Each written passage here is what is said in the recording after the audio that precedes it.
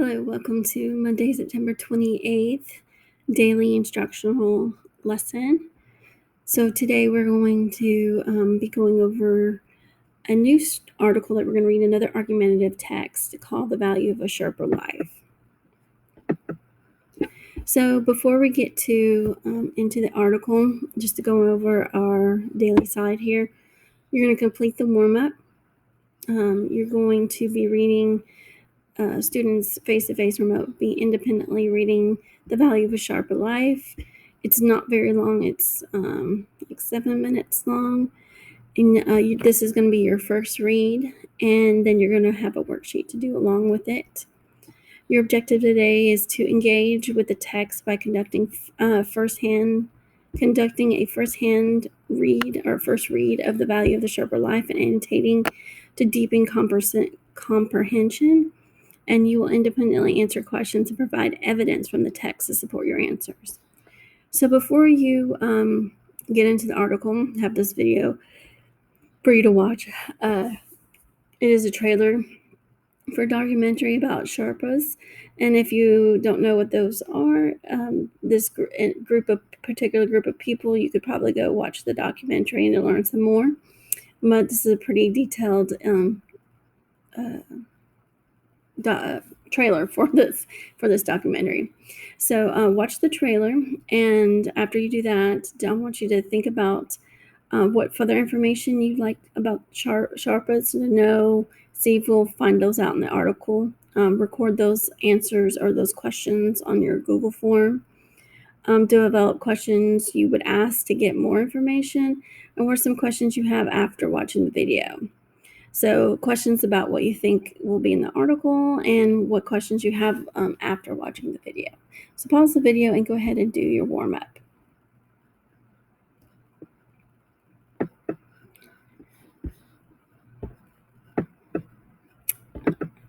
Okay, so today you're going to be, again, reading and annotating as always. I wanted to go over the annotation expectations a little bit more because some students are doing really great with them, but other students are still struggling. So I want to make sure that you understand. I want you to circle the words that you do not know. And I'm added here. I want you to define those in the text box. Once you circle them, a text box pops up. I want you to define what those words are. And this is this text. I know there are words you do not know or unfamiliar with. If you don't see any familiar words, circle some powerful words and also define those. A lot of you are doing great at underlining important ideas, but I don't know why you're underlining it. And if you were to go back, you wouldn't know why you underlined it. So you need to make sure in the annotation box that you're explaining why you think that it's important to the reading. And then some of you are kind of lacking in this area, but you need to start learning to generate some questions as you read, like what are you thinking? What are you asking yourself? And when the text box pops up, put that little question mark, and anything that challenges your information that you just are not understanding, and write those questions down in the annotation box. Okay, so to go to the text, let's just look at the first paragraph. On April 18th, at about 6:30 a.m. local time, an avalanche swept down off the west shoulder of Everest and killed 16 climbers. To anybody who's familiar with Everest climbing, it should come as no surprise that all the men were Sherpa porters. Sherpas are Everest's workforce, the literal backbone of the climbing industry there. The men who were struck were either carrying 80-pound loads of camps 1 and 2, or they were on their way back from base camp 2. Without the hard work of the Sherpa porters, it would be largely impossible for Americans and Europeans with slightly above average physiology and well above average disposable income to scale the world's tallest mountain. Okay, I just want to pause there. So you can see in this introduction, this is going to be an argumentative article that Schaefer is writing about the value of a Sherpa's life. He starts us off with telling us of a traumatic event that happened, the loss of 16 climbers. Again, appealing to that pathos to grab his reader's attention. I want you to notice just in the note taking that I've been doing, words that are unfamiliar, circled it. Here it's defined who or what a Sherpa is. The green are just my teacher notes, so you're not required to do green. If we go back and look at the annotation, you are circling yellow, you are underlining pink, and then you're creating questions in the text box. So if you have some additional notes that you want to make, choose a different color than what's in the annotation box. That's completely fine, and do that. Okay, let's look at the second paragraph. Increasingly, the pinnacle of adventure tourism, the summit of Everest, comes too steep a cost.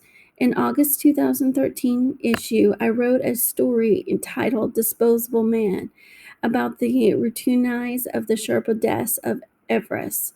Today's avalanche was the worst accident in the history of the mountain. Add this to the April 2nd death of the Sherpa Mingjing Tenzing, who was working for the Peak Freak expeditions, as well as at least the dozen serious injuries from the avalanche. And 2014 stands out as the bloodiest year in Everest history, all before most teens have been set foot on the mountain. So notice I thought this line was really important, and then I left a note. This career is extremely dangerous, and accidents like these have happened before. And so I'm just taking little notes. Pinnacle, okay, the highest point. So might have needed to stop and look that up. I've highlighted this word bloodiest, which was just something extra in my teacher notes to talk about that this was a charged language the author is using. So again, I want you to make sure that when you're reading and annotating that you're taking notes so it looks like I can see you thinking through the text. The face-to-face students are required to do the same thing, and they're doing the exact same annotations, and they're required to write in the margins. So please make sure you're taking care of this so that you can get a easy grade pretty much just for your hard work of reading and annotating the text. Once you've done that, once you've read and annotated the text, you're going to go to Google Classroom and you're going to click on the link. This is the value of a Sherpa life. And so let's go to Google Classroom. This is where your warm-up is. We're on week 6. There's your warm-up. This is the link to read the article, and then here's the worksheet. You'll click on the worksheet, and then you'll have the boxes to type in your responses. So make sure that you are answering all the questions completely and fully. As you can see, some questions are layered and have multiple questions. So make sure you're answering all the questions. I highlighted just to make sure it stood out. When I'm asking you to explain, you should be explaining fully, not just answering the question. Or I'm asking you to specifically to cite evidence, then you need to make sure that you are doing it in order to get full credit. Okay, so that's pretty much what you're going to do today. I'm not going to, this is all independent for face-to-face kids as well. And tomorrow I will go over the article with you some more.